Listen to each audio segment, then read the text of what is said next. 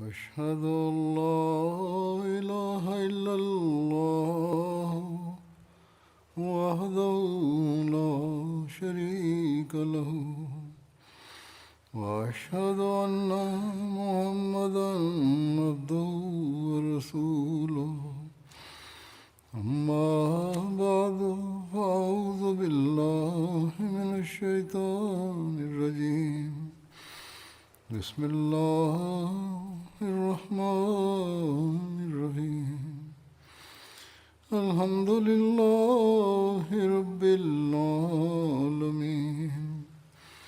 الرحمن الرحيم مالك يوم الدين إياك نعبد وإياك نستعين اهدنا الصراط المستقيم صراط الذين أنعمت عليهم غير المغضوب عليهم ولا الضالين.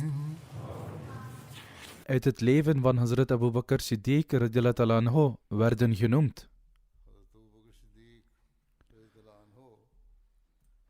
de rang die Hazrat Abu Bakr had in de ogen van de heilige profeet sallallahu alaihi wasallam is al genoemd.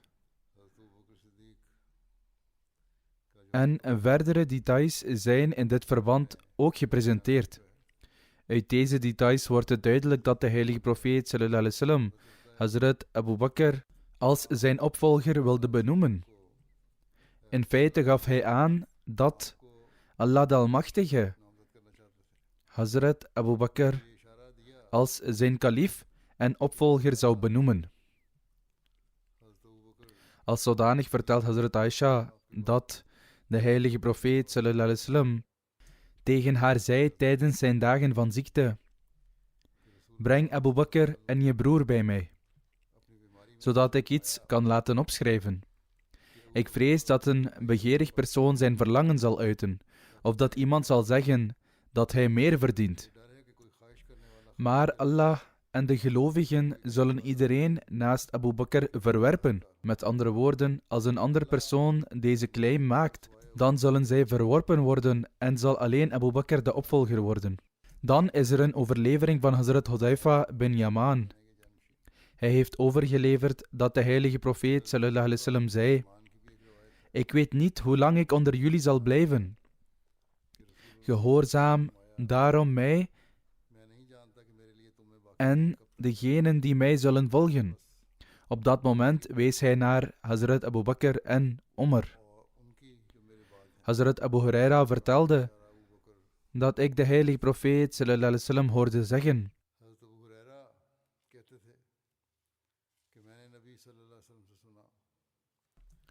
ik sliep eens en zag mezelf bij een put, waarin zich een emmer bevond. Ik haalde zoveel water uit deze put als Allah wenste. Ibn Abi Quhafa nam toen deze emmer vast en trok 1 of 2 emmers water. Maar er was zwakheid in zijn trekkracht. Allah zal deze zwakheid van hem verbergen en hem vergeven. Daarna veranderde deze emmer in een grote emmer van leer.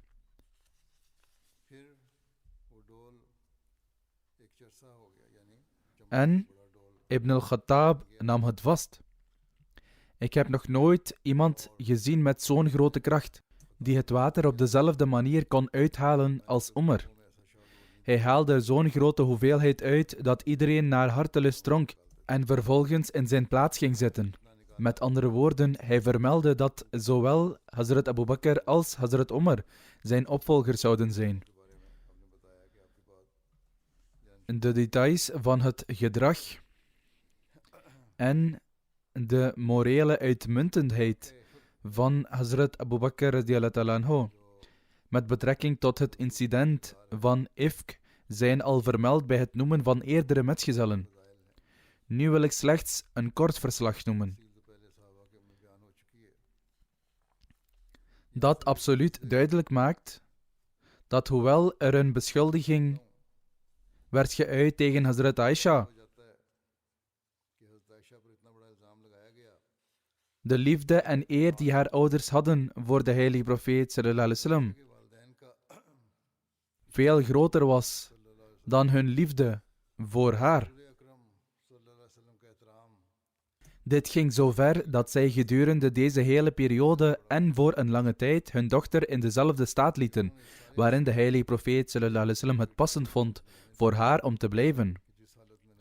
Zozeer zelfs dat toen Hazrat Aisha op een keer naar het huis van haar ouders kwam, Hazrat Abu Bakr haar onmiddellijk terug naar huis stuurde. Als zodanig staat in Sahih al-Bukhari dat tijdens het incident van Ifk Hazrat Aisha toestemming kreeg van de heilige profeet sallallahu alaihi wasallam en samen met een bediende naar het huis van haar vader ging. Hazrat Aisha vertelt: ik ging het huis binnen en zag mijn moeder, Romaan, aan de achterkant van het huis en Hazrat Abu Bakr op de bovenverdieping. Hij was de Koran aan het reciteren. Mijn moeder zei: mijn lieve dochter, wat brengt jou hier? Ik informeerde haar over het hele voorval. Hazrat Aisha zegt: wat ik zag was dat zij niet zo verbaasd was bij het horen van het voorval als ik. Ik had gedacht dat zij bij het horen van het voorval geschokt zou zijn. Haar moeder antwoordde: mijn lieve dochter, denk niet veel na over deze zaak. Want bij Allah, er is zelden een tijd dat een mooie vrouw getrouwd is met een persoon die veel van haar houdt en dat haar man ook andere vrouwen heeft. En dat zij niet jaloers op haar worden of zich ervan onthouden om dingen over haar te verzinnen. Hazrat Aisha zegt: ik zag dat mijn moeder niet zo getroffen was door dit voorval als ik. Hazrat Aisha vroeg: weet mijn vader over dit voorval? Zij antwoordde bevestigend. Hazrat Aisha vroeg toen aan haar moeder: hoe zit het met de heilige profeet sallallahu alaihi wasallam? Zij antwoordde: ja, de heilige profeet weet het ook.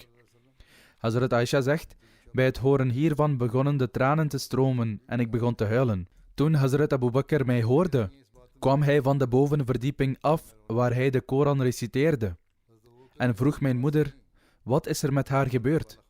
Zij antwoordde: ze heeft gehoord wat er over haar gezegd is. Hierop begon Hazrat Abu Bakr ook te huilen en zei: mijn geliefde dochter, ik zeg je onder ede, keer alsjeblieft terug naar je huis. Hazrat Aisha zegt dat zij toen naar huis terugkeerde. Met betrekking tot het gruwelijke complot in het incident van Ifk en de deugden van Hazrat Abu Bakr, verklaart Hazrat Muslih Maud radiyallahu ta'ala anhu: we zouden moeten nadenken over wie de mensen waren, waar de hypocrieten of hun leiders voordeel uit zouden halen door hun laster. En wie de mensen waren tegen wie zij hun vijandschap wilden uiten. Hazrat Muslih Maud verklaart: zelfs bij een vluchtige blik zal men beseffen dat hun vijandschap gericht was tegen twee mensen. De ene was de heilige profeet sallallahu alaihi wasallam en de andere was Hazrat Abu Bakr radiyallahu ta'ala anhu. Omdat zij de vrouw van de ene en de dochter van de andere was. Deze beide persoonlijkheden waren van dien aard dat door hen te belasteren sommige mensen er politiek, economisch of om hun vijandschap aan te wakkeren van zouden profiteren. Of dat de doelen van bepaalde mensen afhankelijk waren van het belasteren van hen.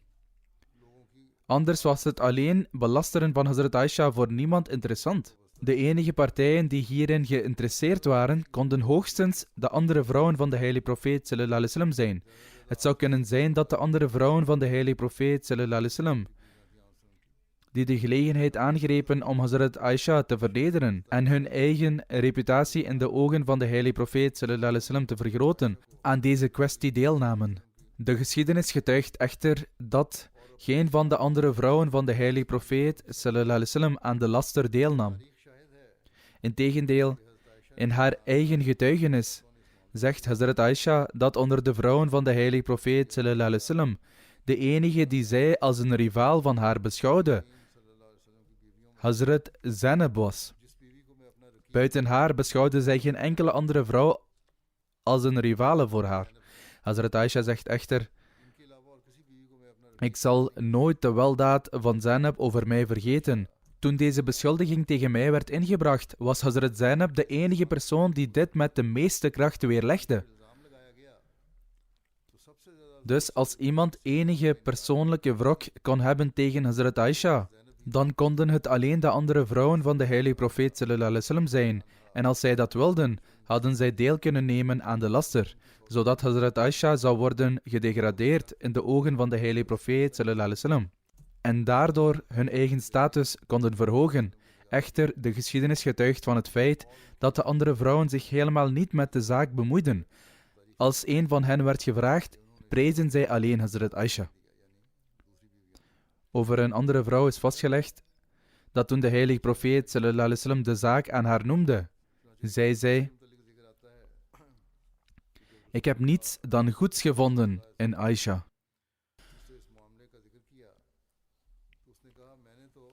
Als er enige mogelijkheid tot vijandschap tegen Hazrat Aisha radiyallahu ta'ala anha zou geweest zijn, dan zou het van de andere echtgenoten zijn geweest.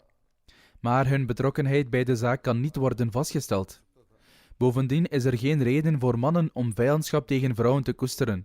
Dus deze beschuldiging tegen haar was ofwel vanwege vijandschap tegen de heilige profeet sallallahu alaihi wasallam, of vijandschap tegen Hazrat Abu Bakr.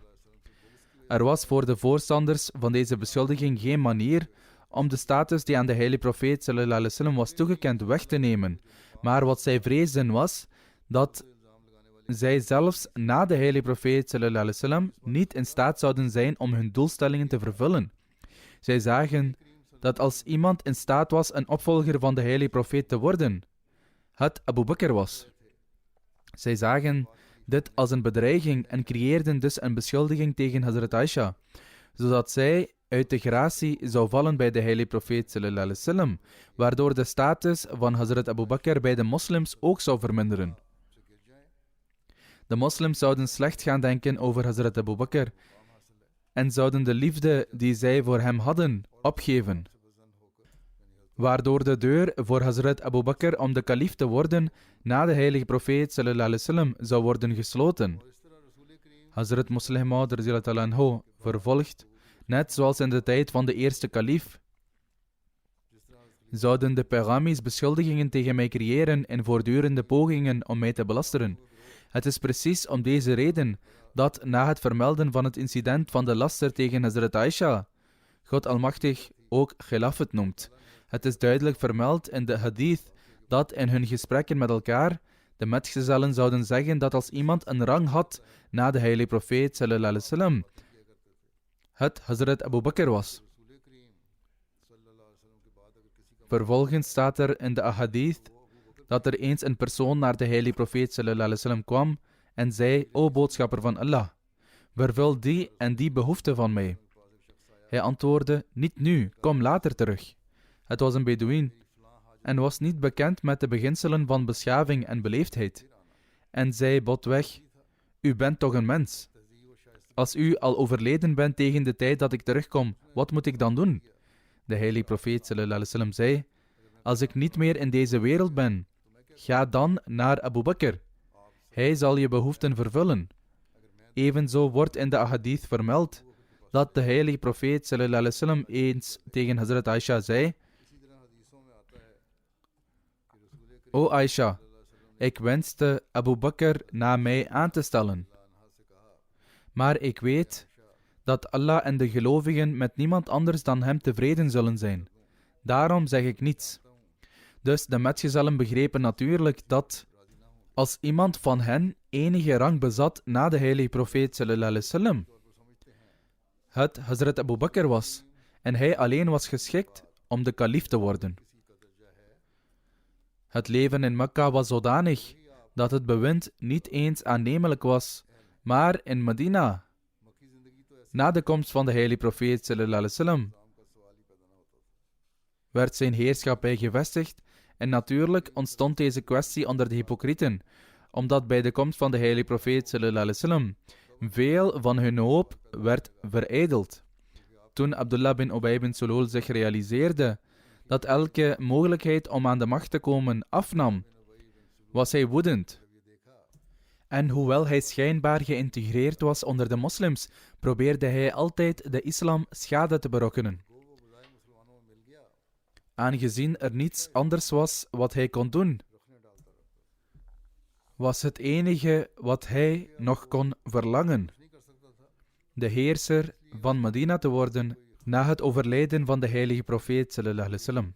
Echter, zodra het wereldlijk leiderschap onder de moslims tot stand kwam en zij een nieuwe orde zagen, begonnen zij de heilige profeet sallallahu alaihi wasallam verschillende vragen te stellen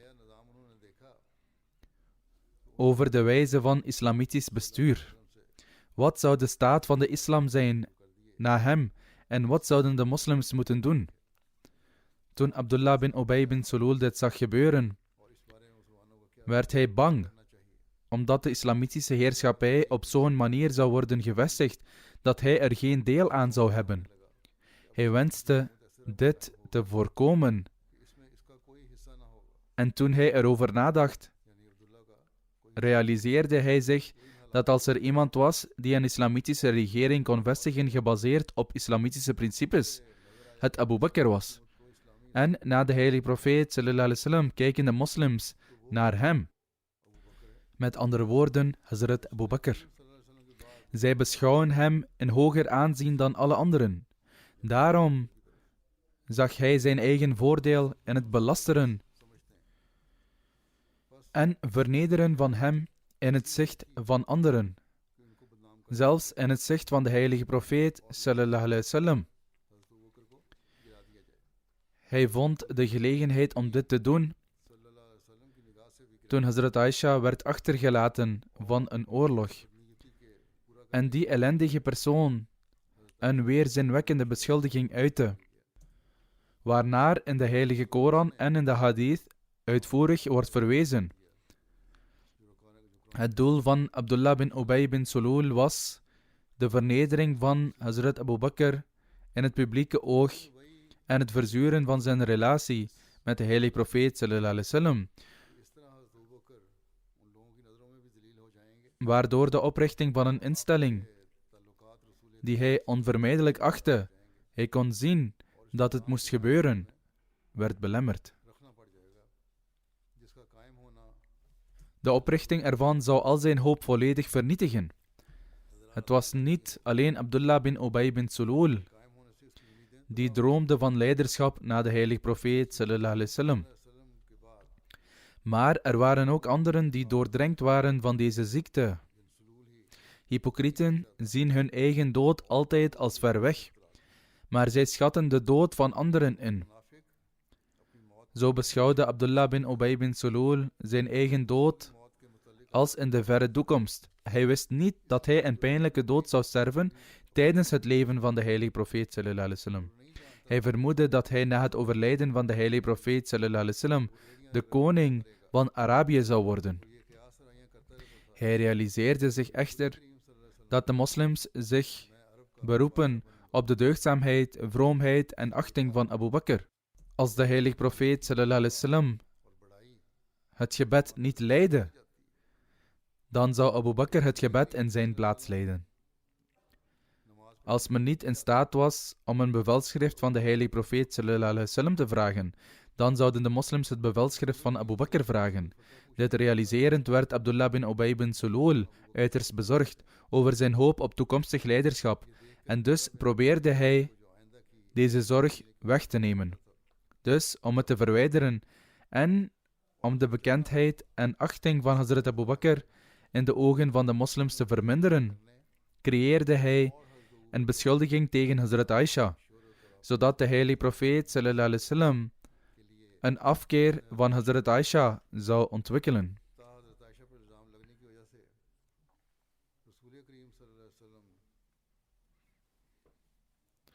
Als gevolg van het ontwikkelen van een afkeer voor Hazrat Aisha, probeerde hij de eer van Hazrat Abu Bakr te verminderen in de ogen van de heilige profeet sallallahu alaihi wasallam en alle moslims, waardoor elke kans dat hij de kalif zou worden werd gestopt.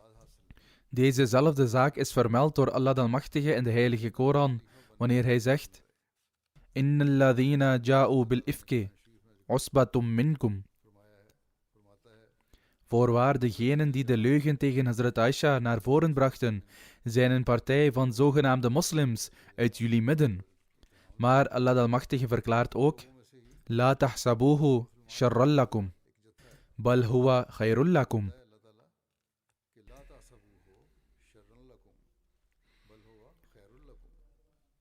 Denk niet dat het kwaad voor jullie is. Nee, het is goed voor jullie en een middel tot succes. Hij zegt verder dat Allah de Almachtige de beginselen voor Khilafat vaststelt en verklaart: de hypocrieten kunnen hun uiterste best doen. Zij zullen niet slagen en wij zullen Khilafat zeker vaststellen. Want Khilafat is een onderdeel van het profeetschap en is een middel om het goddelijke licht te waarborgen. Hazrat Muslim had verklaard: observeer hoe vanaf het begin van Surah Noor tot het einde hetzelfde onderwerp wordt genoemd. Eerst wordt de laster tegen Hazrat Aisha radiyallahu ta'ala anha genoemd. En aangezien de werkelijke reden voor deze laster tegen haar was om Hazrat Abu Bakr te vernederen en zijn relatie met de heilige profeet sallallahu alaihi wasallam te ruïneren, en vervolgens zijn eer in de ogen van de moslims te verminderen, zodat hij niet de kalif zou worden na het heengaan van de heilige profeet sallallahu alaihi wasallam, omdat Abdullah bin Ubay bin Sulul zich had gerealiseerd dat als de moslims naar iemand keken na de heilige profeet sallallahu alaihi wasallam, was het Abu Bakr. En als Khilafat werd opgericht door Abu Bakr, dan zouden Abdullah bin Ubay bin Sulul's dromen van leiderschap nooit worden vervuld. Daarom noemt Allah de Almachtige direct na het noemen van deze beschuldiging Khilafat en zegt dat Khilafat geen monarchie is. Het is eerder een middel om het goddelijke licht te handhaven en daarom ligt de vestiging ervan in de handen van Allah de Almachtige. Het verliezen ervan zou de ondergang betekenen van het licht van het profeetschap en het goddelijke licht. Daarom zal hij dit licht zeker vestigen. En na het profeetschap zal hij nooit de vestiging van een monarchie toestaan en degene die hij kiest als kalif aanwijzen.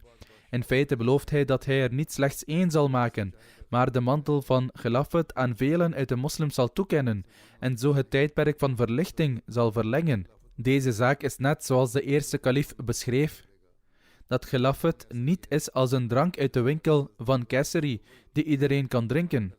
Evenzo stelt Allah dat als je beweringen wilt creëren, ga je gang. Je kunt Khilafat niet uitwissen, noch kun je Abu Bakr verhinderen de kalif te worden, want Khilafat is een licht. Dit licht is een van de manifestaties van Allah en geen menselijke inspanningen kunnen het uitwissen. Vervolgens zegt hij dat het licht van Khilafat ook in andere huizen kan worden gevonden en dat geen mens de manifestatie ervan kan tegenhouden door zijn eigen inspanningen of listen.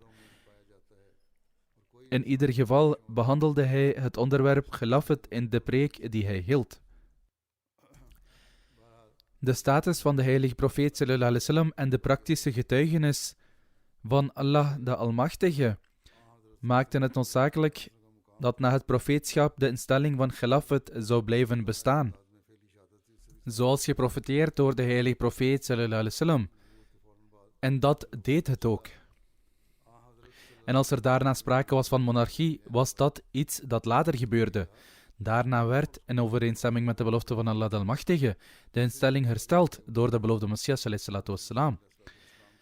Met betrekking tot de nederigheid en zachtmoedigheid van Hazrat Abu Bakr, vertelt Hazrat Sa'id bin Musayyib dat de heilige profeet sallallahu alaihi wasallam eens in een bijeenkomst zat met enkele van zijn metgezellen.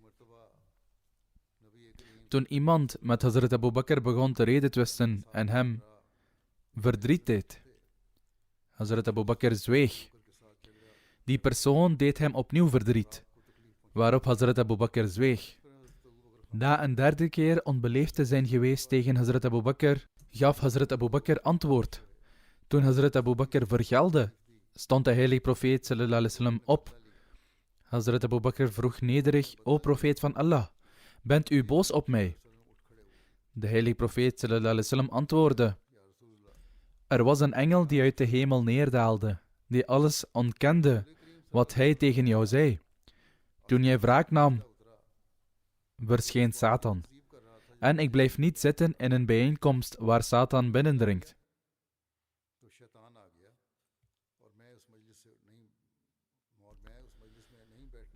Verder verklaarde de heilige profeet sallallahu alaihi wasallam: O Abu Bakr, er zijn 3 dingen die voor iedereen gelden.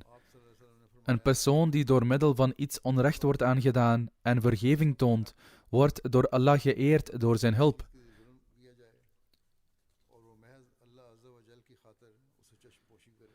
Degene die geschenken geeft in een poging om relaties te verbeteren, Allah vermeerdert daardoor zijn rijkdom voor hem.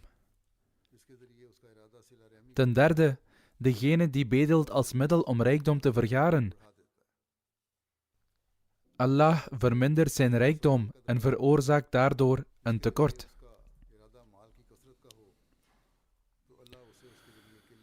Terwijl hij de kwaliteiten van Hazrat Abu Bakr vermeldt, verklaart de beloofde Messias sallallahu alaihi wasallam: hij bezat volledig inzicht.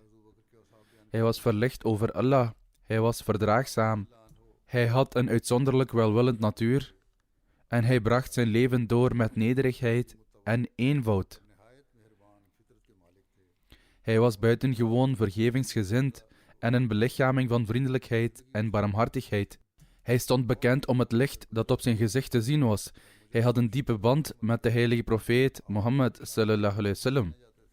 En zijn ziel was verbonden met de ziel van de besten van allen sallallahu alaihi wasallam. Het licht dat zijn leider en meester en geliefde van God omhulde ook hem. Hij lag in de schaduw van de wonderbaarlijke schaduw van het licht van de heilige profeet sallallahu alaihi wasallam en zijn grote zegeningen. Hij onderscheidde zich onder allen door zijn begrip van de Koran en zijn liefde voor de leider van alle profeten en de trots van de mensheid.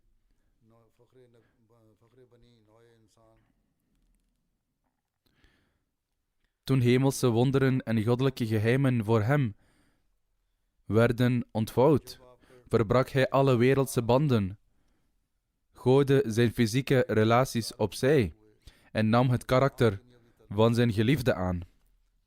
Hij liet al zijn verlangens varen terwille van het enkelvoudige goddelijk wezen en werd gezuiverd van alle lichamelijke onzuiverheden en nam de kleur aan van de ene ware God.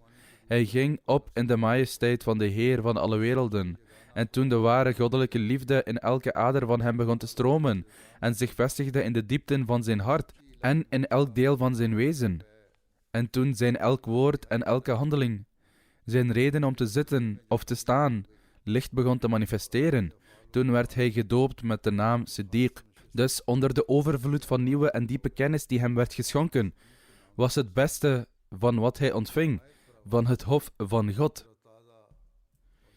Eerlijkheid was een diep in hem verankerde kwaliteit en een kenmerkende eigenschap van zijn natuur. Het was juist deze eerlijkheid en dit licht dat uit zijn elk woord, handeling, beweging, pauze, gevoel en ademhaling uitstraalde. Hij behoorde tot degenen op wie de Heer van de hemelen en de aarde zijn zegeningen heeft gelegd. Hij was een prachtig stuk uit het boek van de profeetschap en was imam van voorname heiligen en de moedige jeugd. Hij behoorde tot een selecte groep die een karakter bezat zoals de profeten. Verder stelt de beloofde Messias al-Islam: neem deze woorden niet op als een overdrijving of een vorm van warme bejegening of verering, noch beschouw ze als woorden die uit de fontein van liefde vloeien. In werkelijkheid is dit een waarheid die mij is geopenbaard van het hof van de Heer der eer, met betrekking tot de status van Hazrat Abu Bakr en de vele bovengenoemde lofprijzingen, zegt de beloofde Messias ﷺ dat Allah de Almachtige deze kwaliteiten en eigenschappen rechtstreeks aan hem heeft geopenbaard. Bovendien verklaart de beloofde Messias ﷺ, Hazrat Abu Bakrs drank was het water van geloof in God. En hij zou minder vertrouwen op andere middelen. Qua moraal was hij een afspiegeling van onze profeet en meester, sallallahu alayhi wasallam. En hij had een eeuwige affiniteit met de beste van de schepping.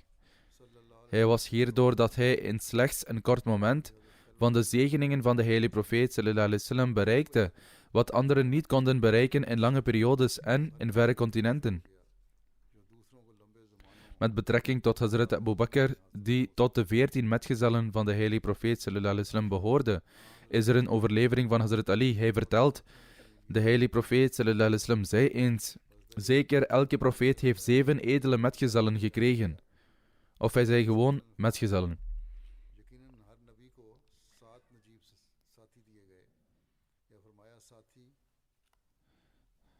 Echter, ik heb er 14 gekregen. Wij vroegen hem wie dat waren. Hij antwoordde, jij en je 2 zonen. Hazrat Jafar, Hazrat Hamza, Hazrat Abu Bakr.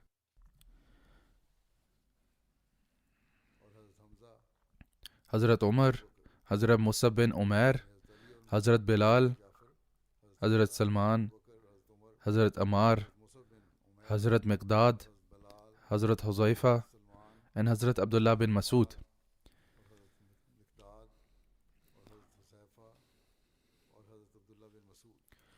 Hazrat Abu Bakr Siddiq kreeg ook eens de leiding over de Hajj-delegatie van de heilige profeet sallallahu alayhi wasallam.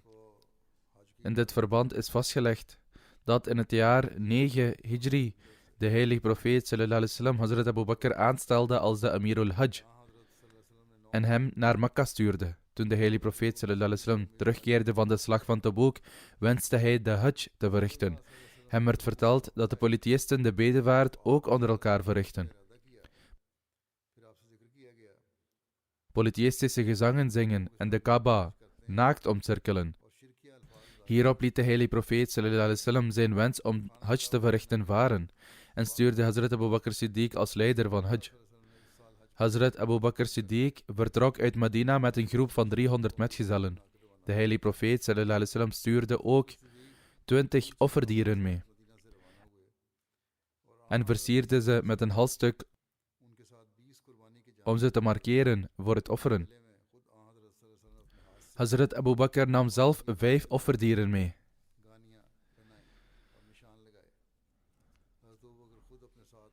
Volgens de overlevering kondigde Hazrat Ali tijdens deze Hajj de openingsversen van Surah At-Tawbah aan. De details hiervan werden gepresenteerd in een preek over Hazrat Ali en in de eerste vermelding over Hazrat Abu Bakr. Niettemin, ik zal het hier kort vermelden.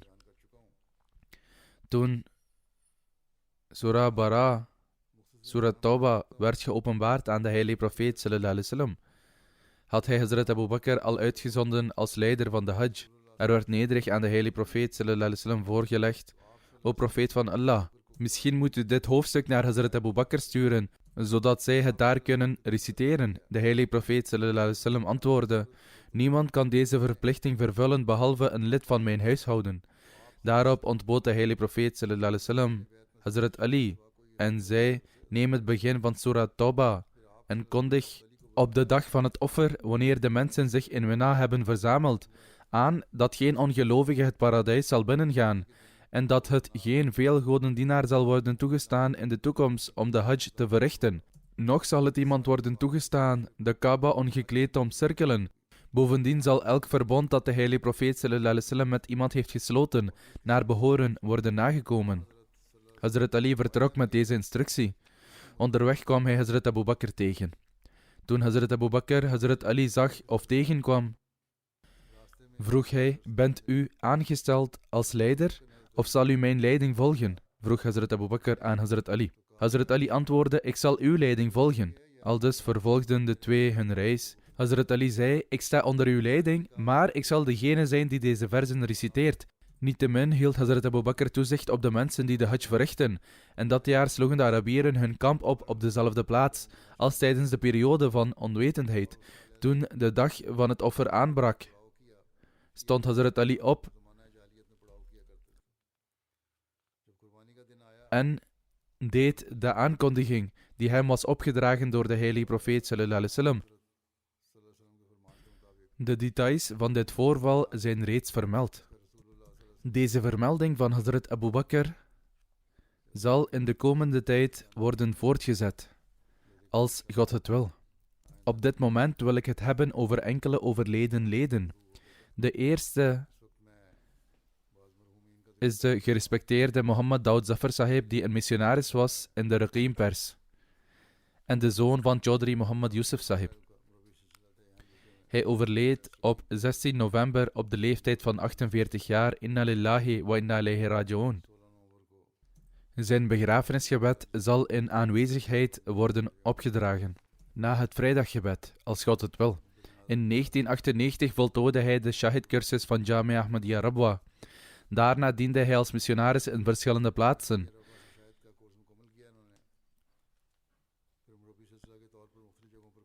In 2001 kwam hij hier naar Engeland en werd geplaatst bij de Raqim Press in Islamabad. Hij verleende zeer gepassioneerd diensten. Hij had een diepe band van liefde met Khilafat.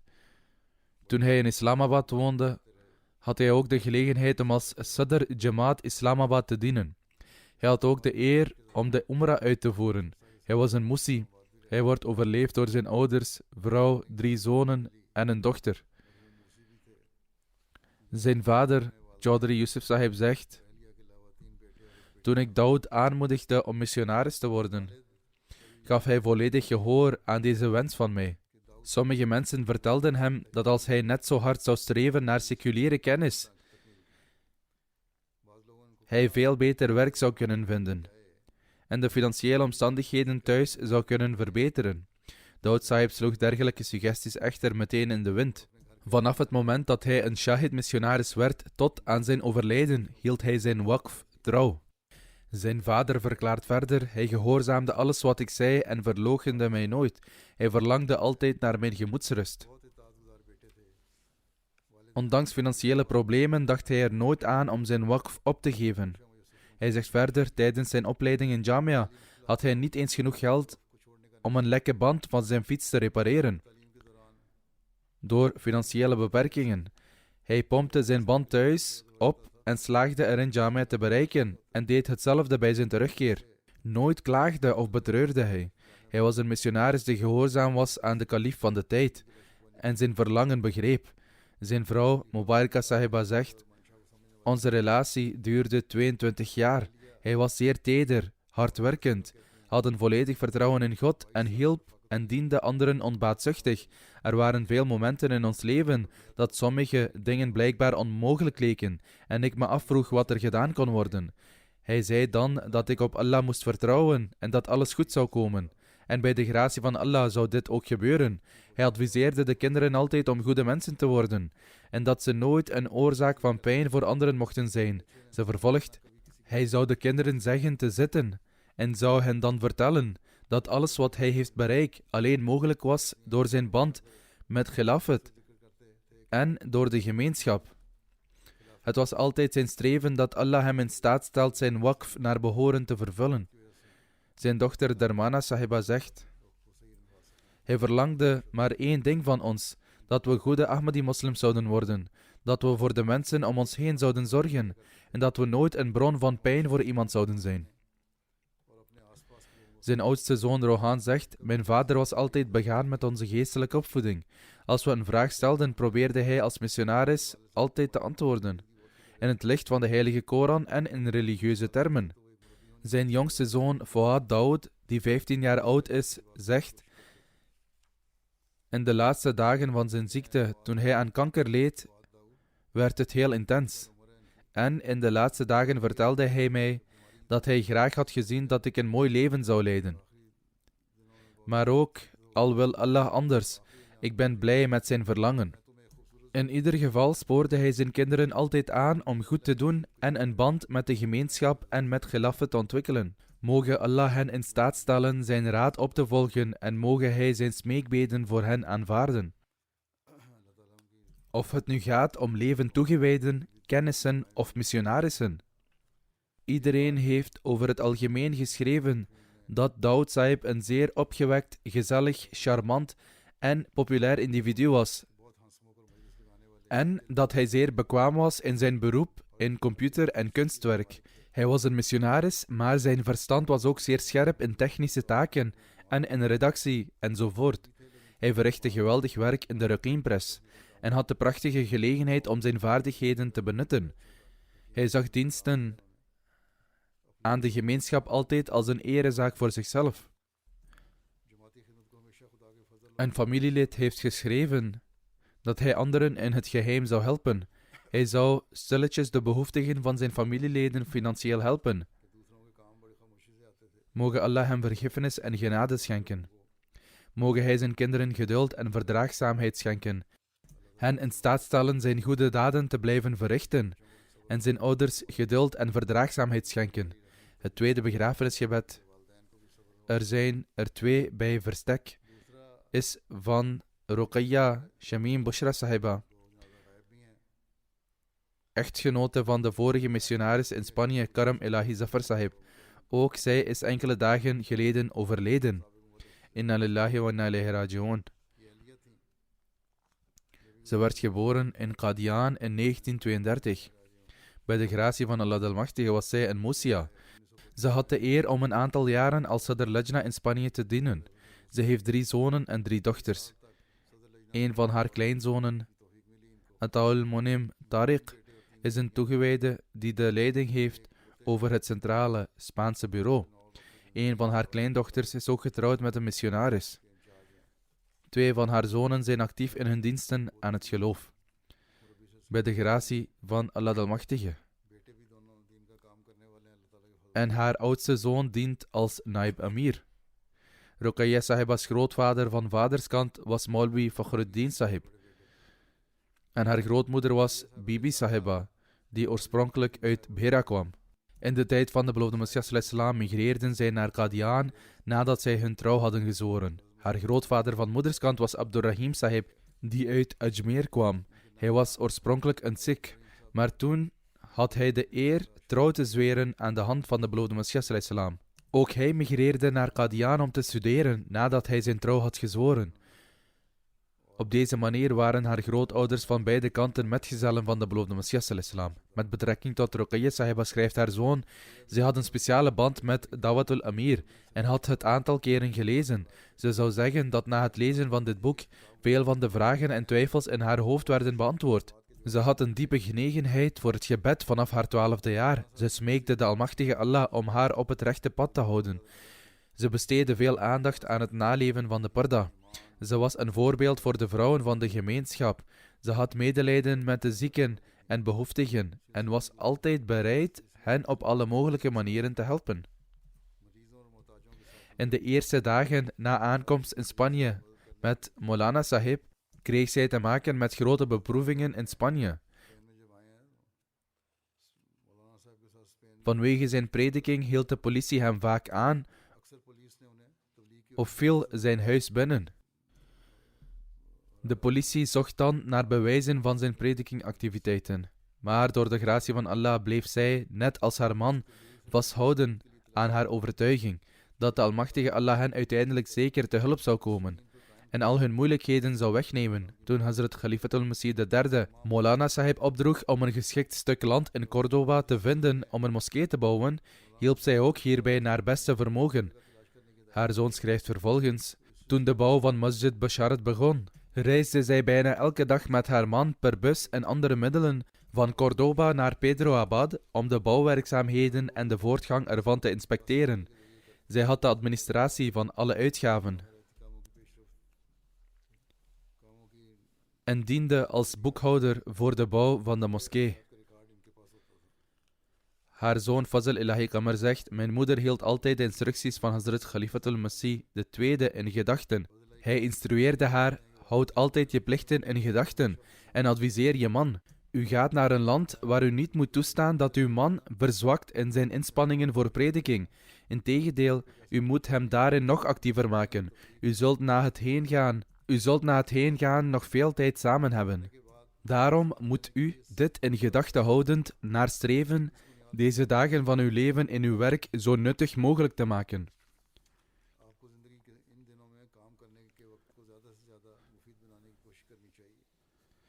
Als het ware bleef ze handelen naar deze instructies. En ongeacht de omstandigheden handelde ze altijd met geduld en verdraagzaamheid, met het genoegen van Allah Almachtige in gedachten. De eerste dagen waren uiterst moeilijk, maar ze doorstond ze met grote vastberadenheid en ze gaf altijd voorrang aan haar geloof boven de wereld. Door te handelen volgens de instructies van Hazrat Musleh Maud gaf zij een voorbeeld in zo'n Europees land waar het een misdaad was om zelfs de naam van de islam uit te spreken. Zij speelde een duidelijke rol in de verspreiding van Ahmadiyyat in Spanje. Moge Allah Almachtige haar vergeving en genade schenken en haar rang verhogen. Moge hij haar kinderen in staat stellen haar goede daden voor te zetten. De derde vermelding is van de gerespecteerde Tahira Hanif Sahiba, die de dochter was van Sayyid Zainul Abidin Waliullah Shah Sahib en de vrouw van Wailen Mirza Hanif Ahmed Sahib, die de zoon was van Hazrat Musleh Maud radhiyallahu anhu. Ook zij is onlangs overleden. Inna lillahi wa inna ilayhi raji'un. Bij de gratie van Allah de Almachtige was zij een Musia. Zoals ik al zei, ze was de schoondochter van Hazrat Musleh Maud en ze was mijn tante van moederskant. Ze werd geboren in 1936 in Qadian. Zoals ik al zei, was haar vader Sayyid Zainul Abidin Waliullah Shah Sahib, die het commentaar van Bukhari schreef, dat vele delen omvat. Hij was een groot geleerde en bracht tijd door in de Arabische landen. Tahira Begum Sahiba's moeder heette Sayyida Sayyara Sahiba. Ze kwam oorspronkelijk uit Damascus en was een Arabische. Ahmadiyyat kwam de familie van de overledene binnen via haar grootvader van vaderskant, Dr. Sayyid Abdus-Sattar Shah Sahib, die de bei'at deed aan de hand van de beloofde Messias in 1901. Allah Almachtige leidde de hele familie, zowel de kinderen als de ouderen, door dromen en versterkte zo hun geloof. Hazrat Dr. Sayyid Abdus-Sattar Shah Sahib was de grootvader van moederszijde van Hazrat Khalifatul Masih IV en zij was dus zijn nicht. Gerespecteerde Tahira Sahiba diende als de secretaris Islah Irshad voor Lajna Maila Rabwa van 1972 tot 1990. Ze bracht ook enkele jaren door in Sierra Leone, samen met haar man die een leven toegewijde was. Allah Almachtige schonk hen 3 dochters en een zoon. Haar oudste dochter, Amatul Momin, zegt: naast de 5 dagelijkse gebeden zagen we dat onze moeder zeer regelmatig het tahajjud-gebed verrichtte, de vasten in acht nam en de heilige Koran reciteerde.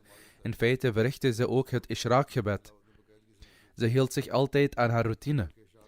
Ze zou al haar werk op een liefdevolle en ijverige manier uitvoeren. En dit was ook het geval met haar aanbidding. Zij zegt verder: ik zou verbaasd zijn hoe zij daarnaast al haar andere taken kon vervullen. Bijvoorbeeld het vervullen van de rechten van haar schoonfamilie en de rechten van de buren, het verzorgen van onze vader, het bereiden van het eten voor de kinderen en het gepassioneerd bedienen van de gasten. Ze had grote liefde voor de gemeenschap en had een oprechte band met elke kalif in haar leven.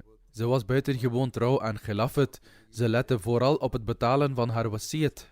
Ze raadde anderen altijd aan om naar de kalif van de tijd te schrijven en zei dat men na het schrijven naar de kalif van de tijd een gevoel van tevredenheid krijgt. Ze schreef mij ook regelmatig. In feite ontving ik na elke preek brieven van haar, waarin zij haar gedachten uitsprak over de verschillende aspecten ervan en de punten noemde die haar bijzonder bevielen. Ze uitte nooit woorden van klacht. En als er ooit zoiets werd gezegd waarbij wij aanwezig waren, zei ze dat het niet nodig was om zich met zulke praatjes bezig te houden, omdat ze altijd vond dat zulke mensen er altijd hun eigen verlies doorleden en er geen voordeel uithaalden. Zoals ik al zei, ze had een buitengewone band met Khilafat. Ze zorgde goed voor de armen. Achter Sahib schreef mij dat hun vader, hun moeder en hen verliet. En daarom gaf de overledene hen een plaats in haar huis. En zorgde voor hen als haar eigen kinderen. En zorgde voor al hun behoeften, inclusief eten en drinken, kleding, studies. En liet hen nooit een tekort voelen. Moge Allah Almachtige haar altijd zijn vergiffenis en genade schenken. Moge Hij haar een plaats geven in het gezelschap van haar ouderen en haar kinderen in staat stellen haar goede daden voor te zetten.